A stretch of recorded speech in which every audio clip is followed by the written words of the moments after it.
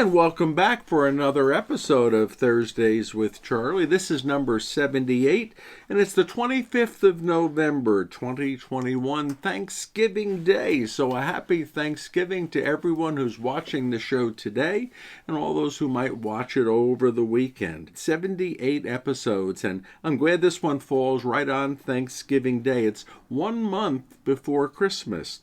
And doing a little research, I'm told that the 25th of November, whether it's Thanksgiving Day or not, is sometimes called Reminder Day. Reminder that you only have one more month left for Christmas shopping. And so Thanksgiving Day this year reminds us of that. Christmas party tickets are still available. We've sold about 340 tickets for the party. It's on December the 10th in the Starview Room at the Riverside. Tickets will be available this weekend at all the masses as well as during the week at the church office. And they're $25 each, or a table of 10 for $250. And if you buy a table, you get to name it after the particular state you may want, as long as that state is still available. We're going to have a lot of fun at the party with the states of our great United States of America. We've been getting some questions about the beginning of Advent this coming weekend, and the idea that the word and song books that you purchased last year with the readings and the hymns, they expire on Thanksgiving Day, and they'll be gone from use. We have ordered more word and song books. We are hoping that they will arrive, but as you hear on the news almost every day, there's a supply chain problem in our country right now, and we have not received them yet, even though we ordered them several months ago. But when we do get them, if they come in time for this weekend, we'll have them. Otherwise, hopefully by next weekend, we will have them, and we will once again make them available for $5 a piece. They're a nice large print edition. It gives you access to all the Sunday readings in advance, or even after if you'd like to just reread them at home or to follow along during the Mass. According to the news, this will be the most expensive Thanksgiving in history. Just about every item that might go into the Thanksgiving feast is costing more, as well as it's costing more for you to get to the Thanksgiving feast, whether by car or any other means of transportation. And yes, we have gotten questions about calendars for 2022. We have ordered calendars, and hopefully, again, depending on the supply chain problem, they will be in time for us to give them to you before 2022 begins. This is kind of a special Thanksgiving Day. Not only does it fall exactly a month before Christmas, so it's Reminder Day for your shopping, but this year, 2021, is the 400th anniversary of American Thanksgiving. We kind of credit the celebration in the Plymouth colony in Massachusetts in the fall of 1621 of being the first American Thanksgiving, even though it wasn't celebrated on a Thursday and it wasn't celebrated probably in the month of November. It was a bit earlier in the year. It was a harvest festival celebrating the making it through the previous year and having an abundant harvest that they wanted to share. So the first American Thanksgiving was 400 years ago, this particular year, 2021. It wasn't until 1863 that President Abraham Lincoln proclaimed Thanksgiving to be on the last Thursday in November. And that's the date it has had ever since 1863. But up until that time, Thanksgiving was variously celebrated at various days in October, November, or even December in various states and towns across the American continent. When we're thinking about the 400th anniversary of the original Thanksgiving, our minds go back to, well, what was the original Thanksgiving Day like? and it was probably quite a bit different from our current American Thanksgivings, which date back much more recently. I found two original sources about the original Thanksgiving Day. One is a letter from 1621 written by a colonist at the Plymouth colony in Massachusetts named Edward Winslow. He wrote a letter back to a friend of his in England describing the harvest festival. We have that. That letter exists even today. And the other reference is by the governor of the Plymouth colony in Massachusetts, William Bradford. He also was writing about the same harvest festival in 1621. So looking at those two sources, we can get a little idea of what was done on that first Thanksgiving Day 400 years ago. In Edward Winslow's letter, he writes, "Our harvest being gotten in, our governor sent 4 men fowling," that's going hunting for birds in the wild, "that we might offer a special manner to rejoice together after we had gotten our harvest in. And the 4, in one day, killed as much fowl as, with a little help besides, served the community for a whole week." So they killed an awful lot and brought in an awful lot of wild fowl. "At which time, amongst other recreations, we exercised our arms."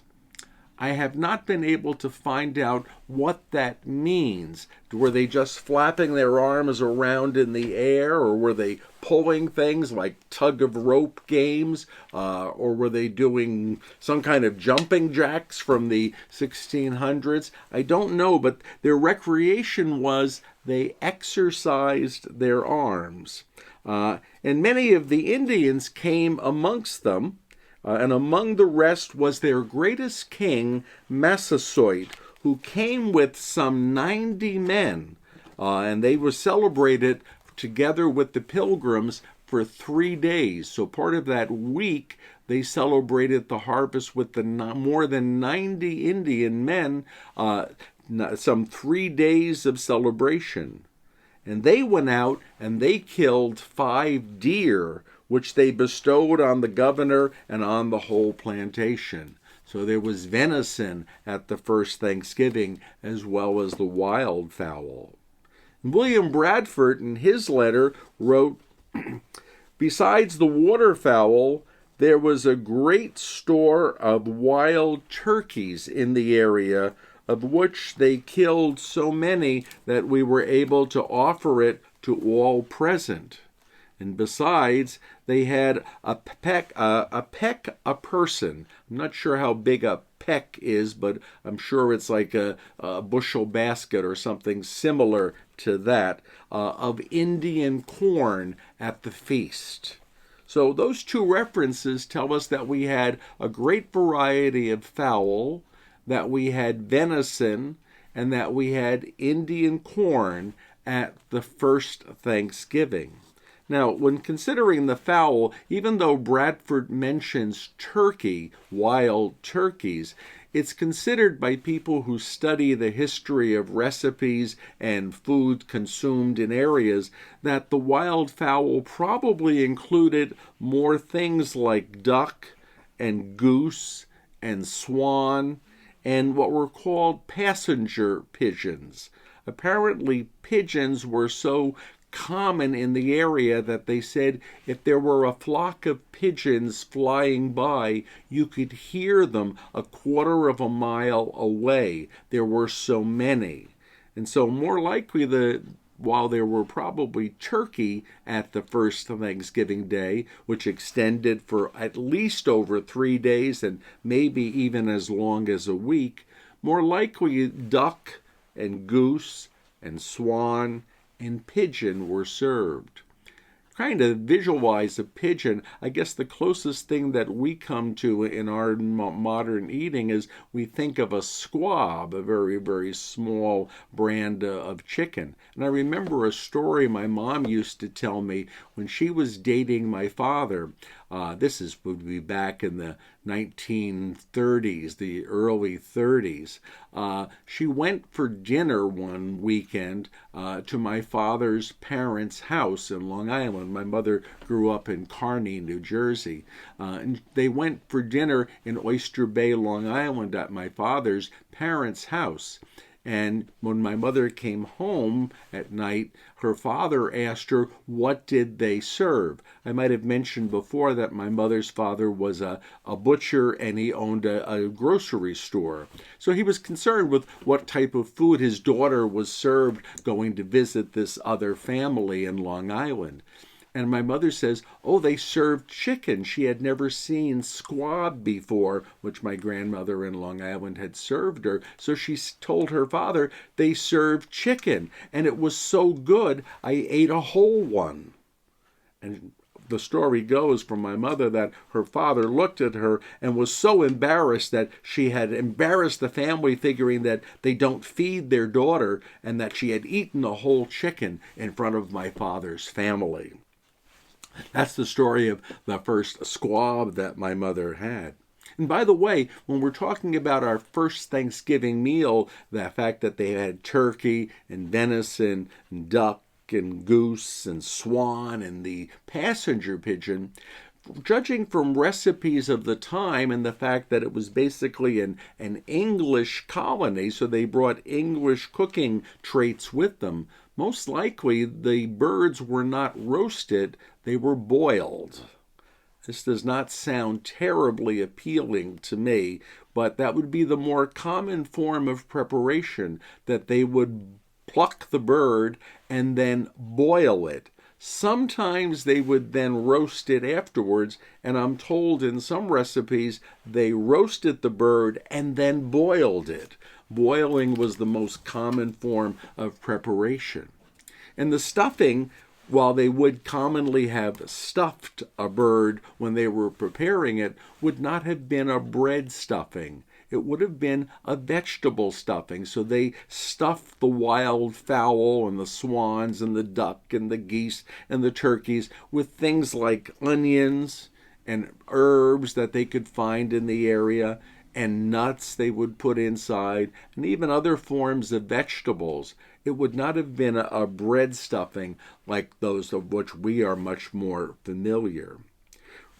Looking back again at the time, in the 1600s, there would have been no white potatoes at the dinner, so no mashed potatoes, no whole potatoes, no French fries, nothing like that. There would have been no sweet potato casserole with marshmallows, because sweet potatoes hadn't been introduced yet to the northern part of the hemisphere, especially in Massachusetts where the Pilgrims were. That wouldn't come about for another 50 or 60 years. There was no bread stuffing because wheat flour was in very short supply, and the bread that they would make would be a bread made from maize or corn that the Indians would have taught them to make. And surprisingly, there was no cranberry sauce. The idea of taking cranberries and growing them and then boiling them and making like a sauce or a jelly out of them would not come along for several decades after the first Thanksgiving. It was early into the 1700s when that became popular. So a lot of the things that we considered staples at Thanksgiving would not have been present at that first Thanksgiving meal. One person who is associated with Thanksgiving, whom we should remember to mention, is a woman by the name of Sarah Josepha Hale. Sarah Josepha Hale.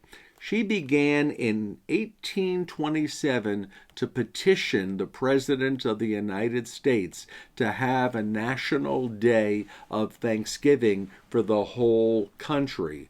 Again, it was celebrated in various harvest festivals around the country since 1621, but there was no particular date for the whole country.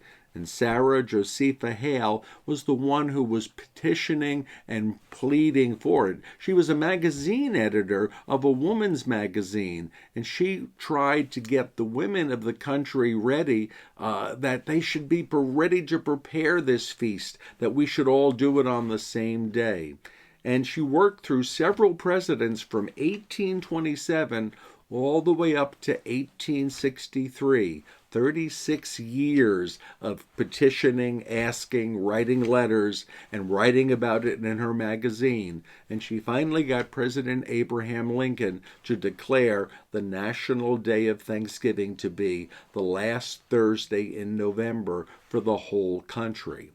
It said that one of her arguments was, in doing this in 1863, it would be a way to bring the whole country together. Remember, the Civil War was raging at that time, and the work of women throughout the country, both the Confederacy and in the Union, would be to have this national day of Thanksgiving. So we credit that to Sarah Josepha Hale, who for 36 years worked to make this date happen, the last Thursday of November, and it's lasted right down to our present day.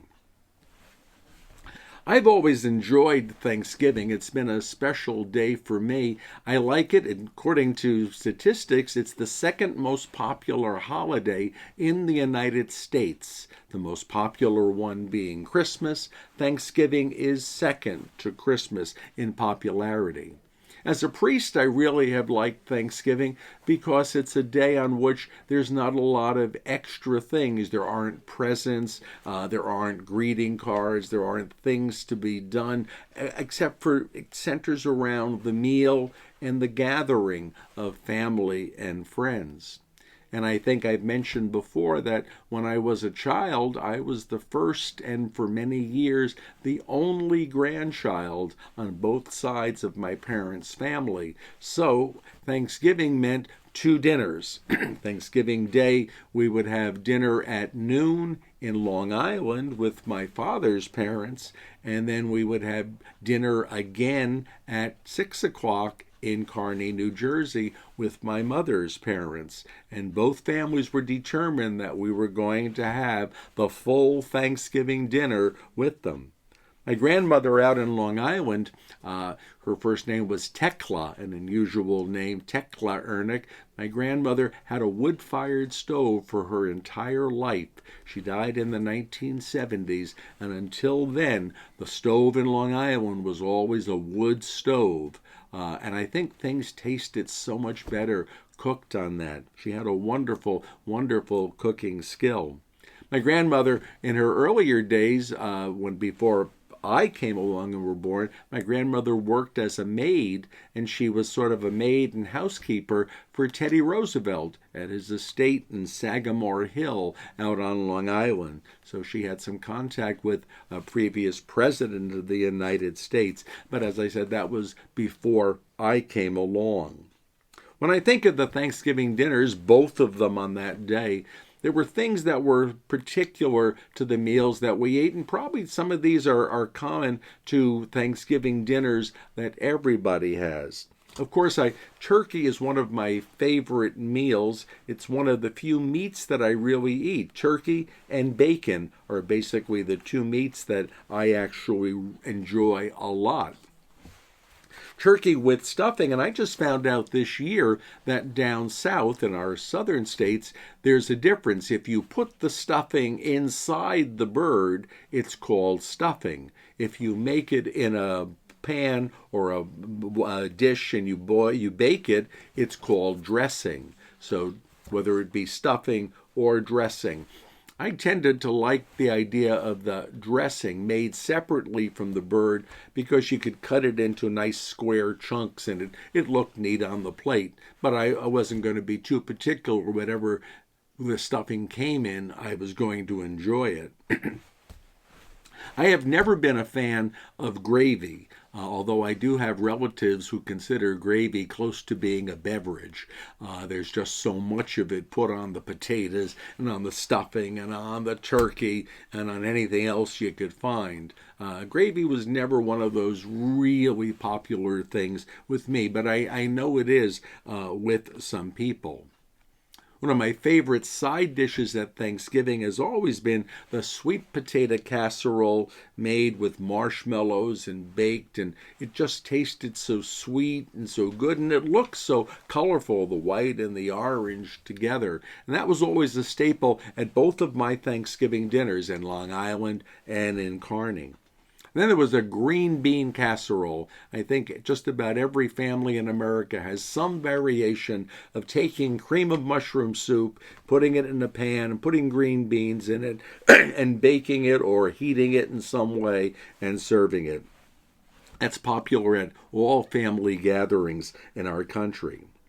I'm not sure this is as popular, but we definitely did have it at our dinners, and that was creamed onions.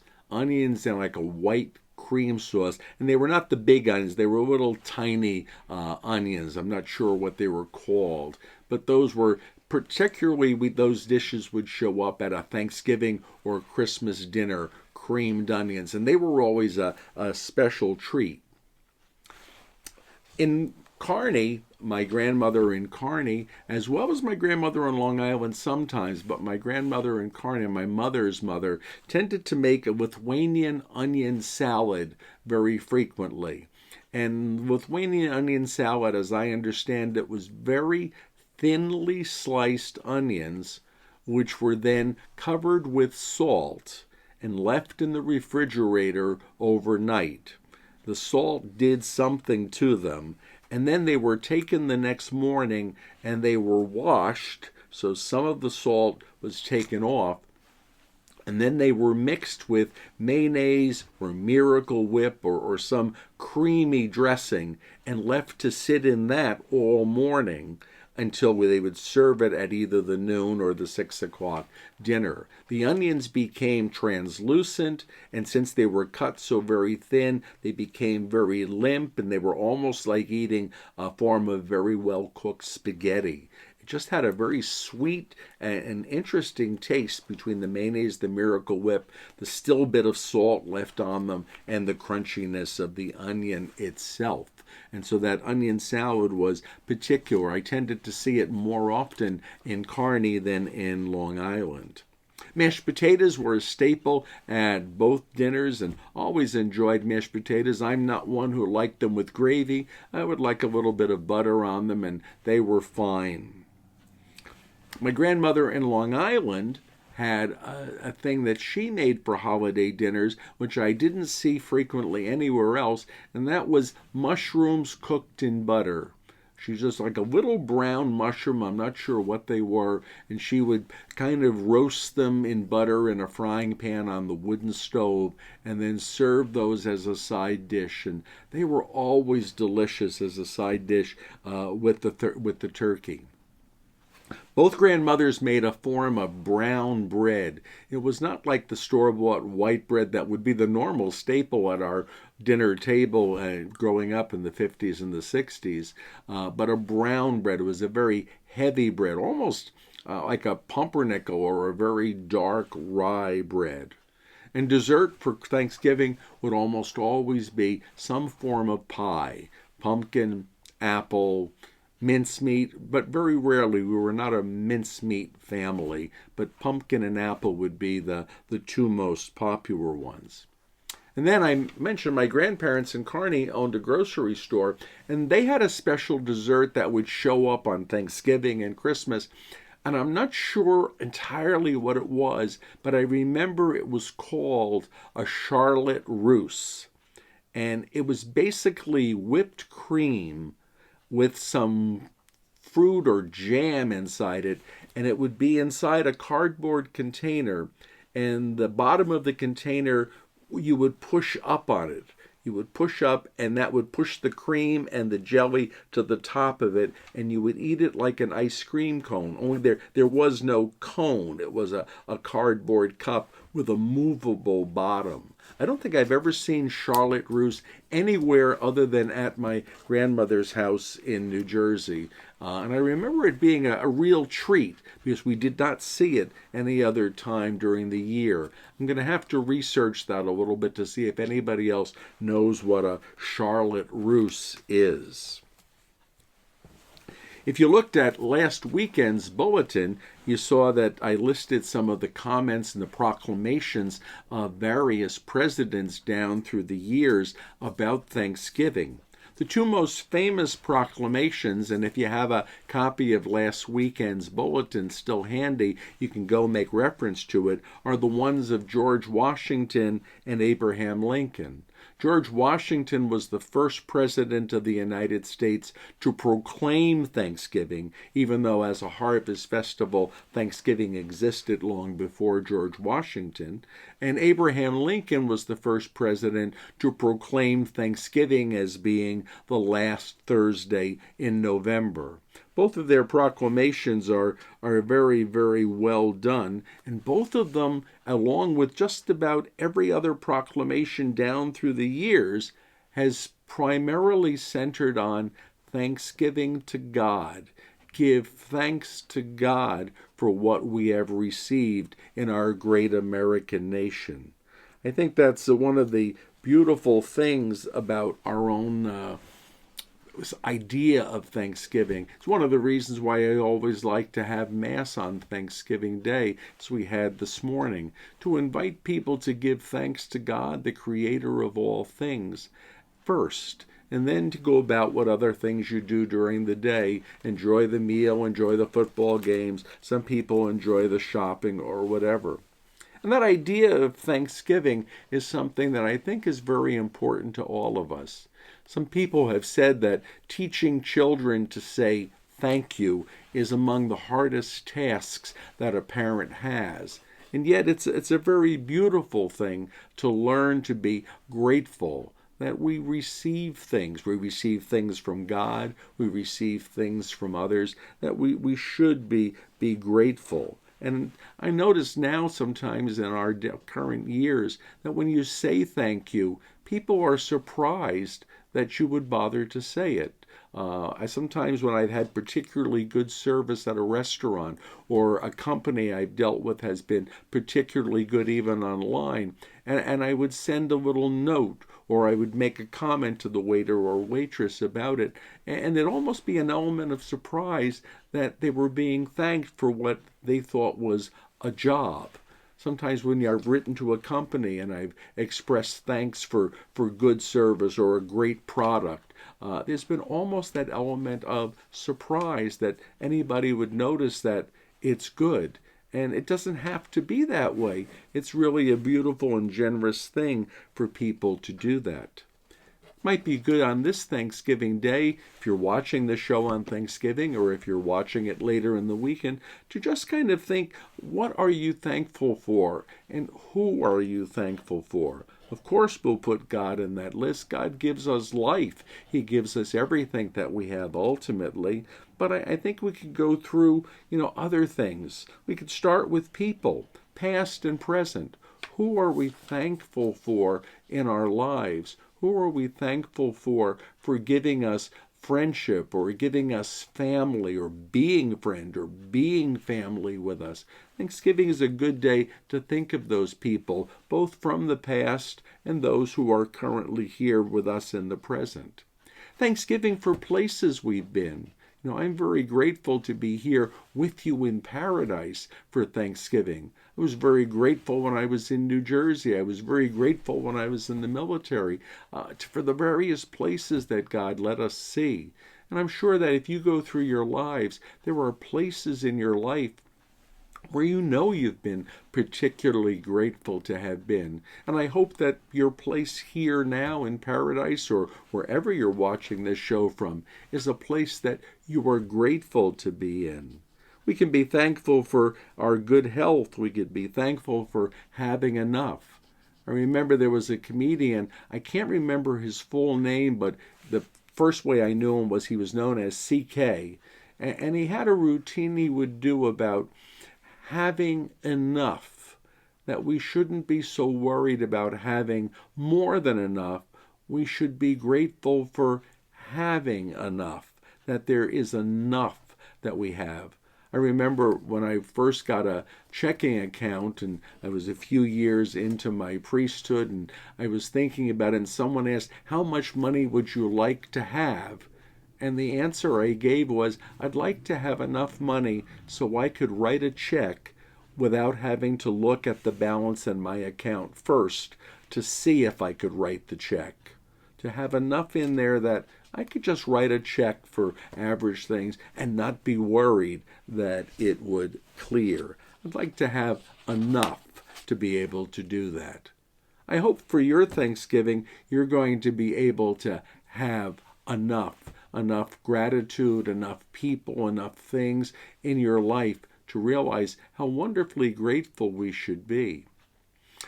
Part of this idea of Thanksgiving, I wrote a note to some friends of mine, and I sent it out a little early this year, just thanking them for being in my life. And I got a response back this morning from a friend of mine who had gotten my note earlier in the week. And he wrote, "Dear Charlie, thank you so much for the amazing compliments.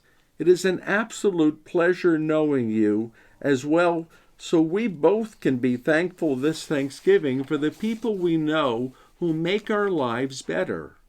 Hope your coming week is as special and spectacular as you are." I think we could express that to so many people in our lives, and maybe a good idea for this Thanksgiving would be to just contact somebody in your life whom you're particularly grateful for.